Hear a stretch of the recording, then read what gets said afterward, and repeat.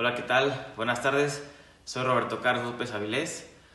Formo parte del equipo número 3, el cual lo conformamos Daniela Mora, Coral Gutiérrez y un servidor Roberto Carlos. Y hoy les vamos a exponer el tema de procedimientos para pueblos y comunidades indígenas y procedimientos para personas inimputables. En cuanto al primer tema mencionado, procedimientos para pueblos y comunidades indígenas, el nuevo sistema de justicia penal prevé, a través del Código Nacional de Procedimientos Penales, un grupo de procedimientos especiales, uno de ellos dirigido a pueblos indígenas. Va dirigido a ellos porque es un grupo vulnerable. Esto quiere decir que es uno de los grupos sociales en México que cuenta con mayor condición de desventaja por diferentes factores, como lo puede ser edad, sexo, estado civil y origen étnico. La Constitución Política de los Estados Unidos Mexicanos define a las comunidades indígenas como aquellas que forman parte de una unidad social, económica y cultural asentadas en un territorio y que aceptan autoridades de acuerdo a sus usos y costumbres. También la Constitución les permite el derecho a la libre determinación, y también la propia Constitución habla de retomar y reproducir dicho derecho en los ordenamientos locales y de la Federación. Dentro de las facultades que los pueblos indígenas tienen en materia de justicia penal en la Constitución, tenemos 3. La primera, decidir la manera en que van a convivir y organizarse. La segunda, la aplicación de sus propias normas respecto a la regulación y solución de conflictos que puedan surgir, siempre y cuando estén en sintonía con los principios generales de la Constitución, las garantías individuales, los derechos humanos y respeten la dignidad e integridad de las mujeres. La tercera, el acceso a la jurisdicción del Estado.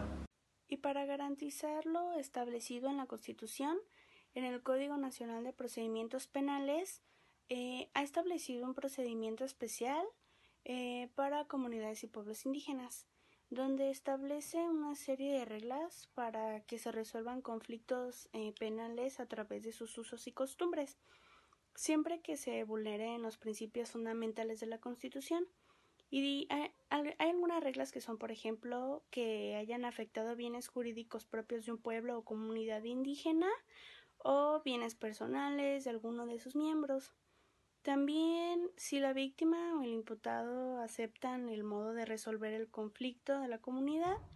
Y la otra es que la propuesta de solución del conflicto debe de considerar la perspectiva de género. Y por último, pues esto no debe de afectar la dignidad de las personas, tampoco el interés superior de los niños, de las niñas, ni el derecho a tener una vida libre de violencia hacia la mujer. Las comunidades y pueblos indígenas son un grupo vulnerable, tal y como lo establece en el Programa Especial de los Pueblos Indígenas en el 2014 al 2018, en el cual en esto se mencionan cómo son las problemáticas de la falta de protección a los derechos de los pueblos indígenas, la incapacidad de poder brindar seguridad a la población indígena, y una de las metas del plan de desarrollo es ser un México más incluyente y asegurar el acceso a la justicia de los pueblos indígenas y las comunidades indígenas. Bueno, ahora vamos a hablar sobre el procedimiento para personas inimputables. Esta es la vía especial que se tramita ante el juez de control cuando en el procedimiento se advierte que el imputado o el acusado se encuentra dentro de los supuestos de inimputabilidad. Y un sujeto inimputable es aquel que no es responsable penalmente de un ilícito que cometió, ya que no está consciente o no está en condiciones de comprender su actuar o las consecuencias que deriven de este. Para comprobar que una persona es inimputable se requiere un dictamen psicológico y psiquiátrico, y con esta prueba se indaga sobre el acto del conocimiento del delito. Además, también se requiere el desarrollo probatorio para la comprobación de inimputabilidad, y es determinante para obtener una sentencia justa. El resultado de la comprobación de la inimputabilidad es la imposición de una medida de seguridad y no de una pena privativa de la libertad. Bueno, el Código Nacional de Procedimientos Penales es muy claro respecto a este tema, y encontramos como primer punto que en el artículo 316 menciona los requisitos para dictar el auto de vinculación a proceso, y en su fracción 4 específicamente menciona que no se actualice una causa de extinción de la acción penal o excluyente de delito. Y bueno, te has preguntado por qué el artículo 316 en su fracción 4 dice que no vincules a proceso cuando encuentres una causa excluyente de delito y que existen dentro de las causas de excluyentes de responsabilidad la inimputabilidad. Bueno, ¿cómo es posible que por un lado la ley me diga que no vincula a proceso cuando existe este tipo de causa y por el otro lado me dé otro fundamento al cual nos vamos a referir que está consagrado en el artículo 414, el cual me dice que existe un procedimiento que se tiene que llevar a cabo para personas inimputables? Aquí es donde se encuentra la contradicción entre ambas normas.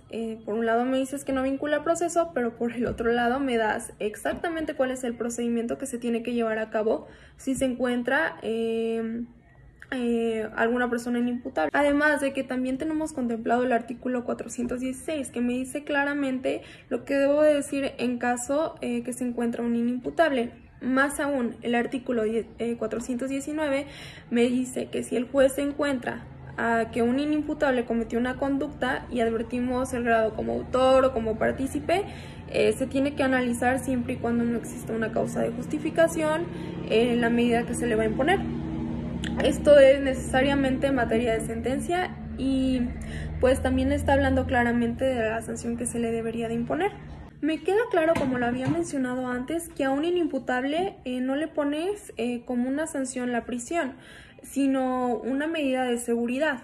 Y esta es la primera reflexión. Quiere decir entonces que hoy los jueces necesariamente tienen que decretar una sentencia cuando existe un caso de inimputabilidad, pero ¿cómo resolver esta cuestión a la dicha contradicción que había mencionado antes sobre ambos artículos? Bueno, la respuesta a cómo resolveremos la cuestión de la contradicción es muy sencilla, con una fórmula muy fácil. Cuando encontramos la diferencia entre un trastorno transitorio o permanente, y más aún cuando este trastorno transitorio fue adquirido no de manera involuntaria o accidental y cuando no fue así. Es decir, si encontramos a una persona con un grado de trastorno permanente, no hay duda que el camino que tenemos que seguir es el que está contemplado en el artículo 144 del Código Nacional de Procedimientos Penales. Y pues debido a que este procedimiento está diseñado para ellos.